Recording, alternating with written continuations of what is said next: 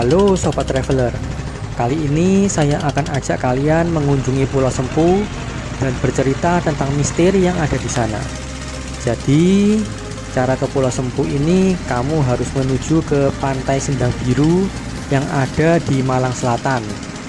Karena Pulau Sempu ini adalah cagar alam, maka kamu harus lapor dan meminta izin pada petugas di kantor perhutani yang ada di Pantai Sendang Biru, dan harus didampingi oleh setidaknya satu orang guide agar kita tidak tersesat.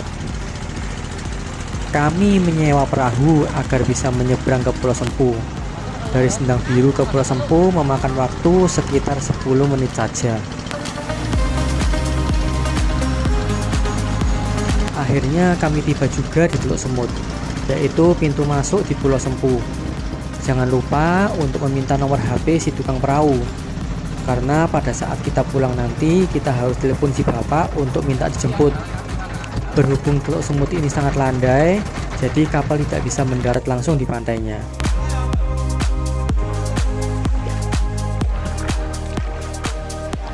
Setiap pengunjung yang datang ke Pulau Sempu ini pasti tujuannya adalah ke Segara Anaan yang berada di sisi lain pulau. Segara Anaan ini merupakan ceruk yang menyerupai danau yang sangat indah.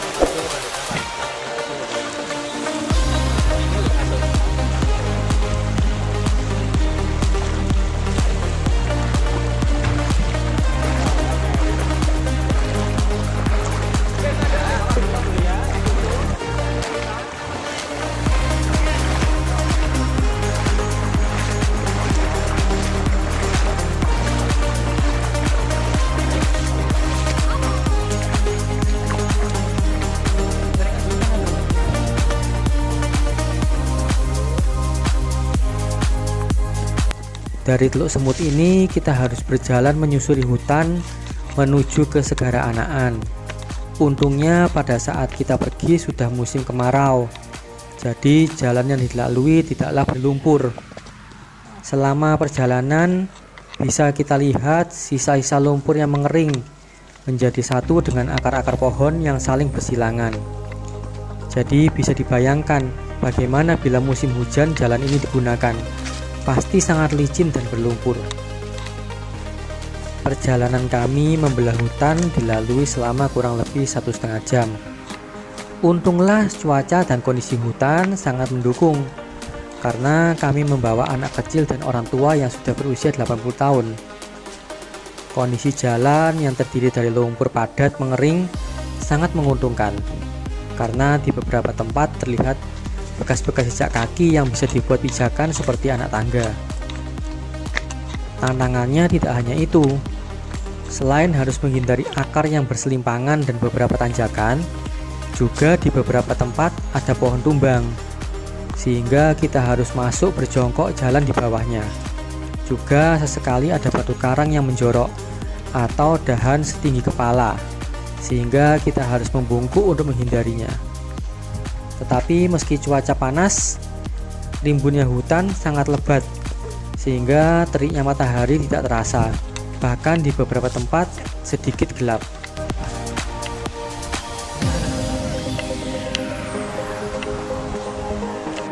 Setelah berjalan sekitar 1 jam, tantangan terakhir adalah berjalan menyusuri jalan setapak, di mana sisi kiri adalah lereng bukit dan di sisi kanan adalah laut. Sehingga kadang bila kita bersalipan dengan kelompok yang akan pulang, kita harus bergantian karena jalannya sangat kecil. Dari jalan setapak ini, keindahan Segara Anaan sudah mulai terlihat.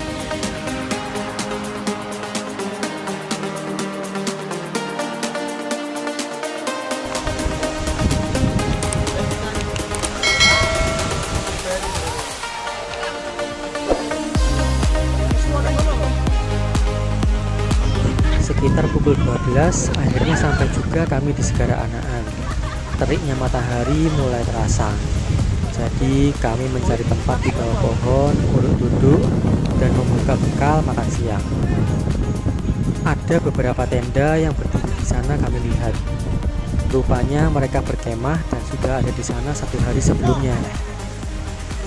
Saya lihat tidak terlalu banyak sampah, bahkan bisa dibilang bersih dari sampah.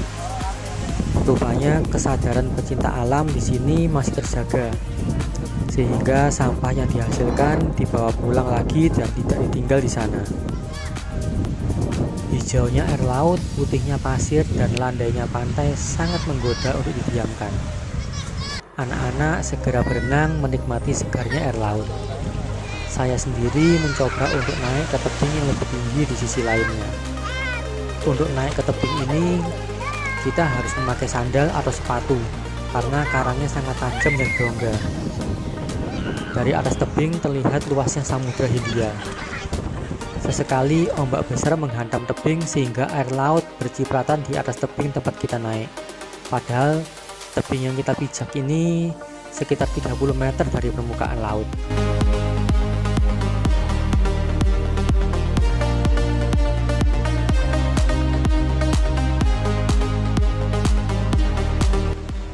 Waktu sudah menunjukkan pukul 14, sehingga kita bersiap untuk meninggalkan Segara Anaan untuk kembali ke Sendang Biru.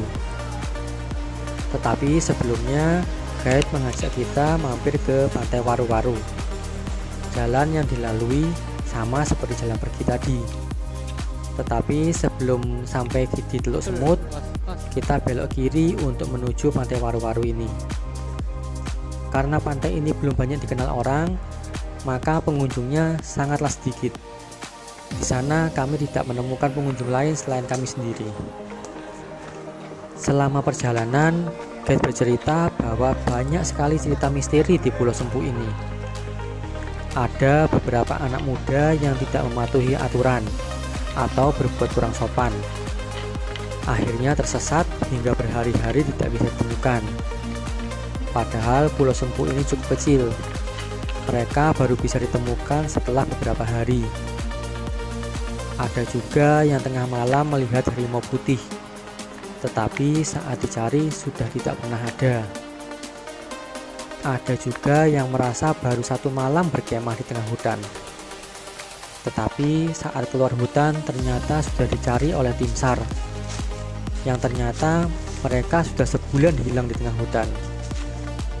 Jadi sebaiknya bagi pengunjung selalu taati aturan dan hormati kearifan lokal di setiap tempat.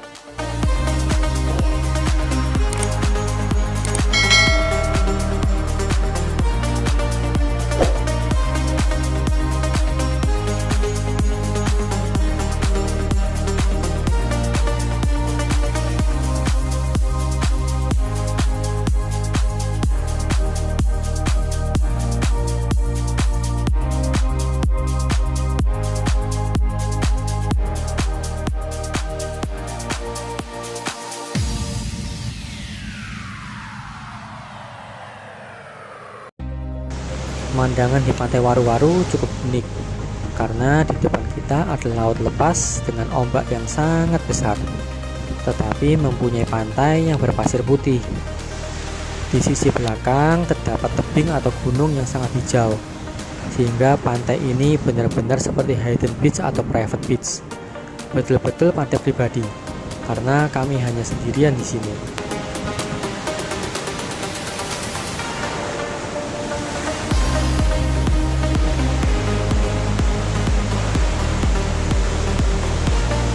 Cukup 30 menit saja kami di sana. Setelah puas berfoto-fotoan dan istirahat, perjalanan pulang kami lanjutkan. Sampai di Teluk Semut kembali sekitar pukul 16 lebih. Ternyata air laut sudah sangat surut, berbeda dengan saat kami pergi tadi. Sehingga untuk mencapai perahu kita harus berjalan sampai ke tengah laut. Beberapa kali di perjalanan kami menjumpai monyet. Tetapi monyet di sini tidak terlalu agresif dan justru takut dengan manusia sehingga kita tidak perlu khawatir. Akhirnya selesai juga petualangan kami di Pulau Sempu ini. Ingat ya, jangan pernah membuang sampah di alam. Bawalah sampahmu kembali saat pulang. Yuk, jangan lupa like, share, dan subscribe. Sampai jumpa di petualangan kami berikutnya.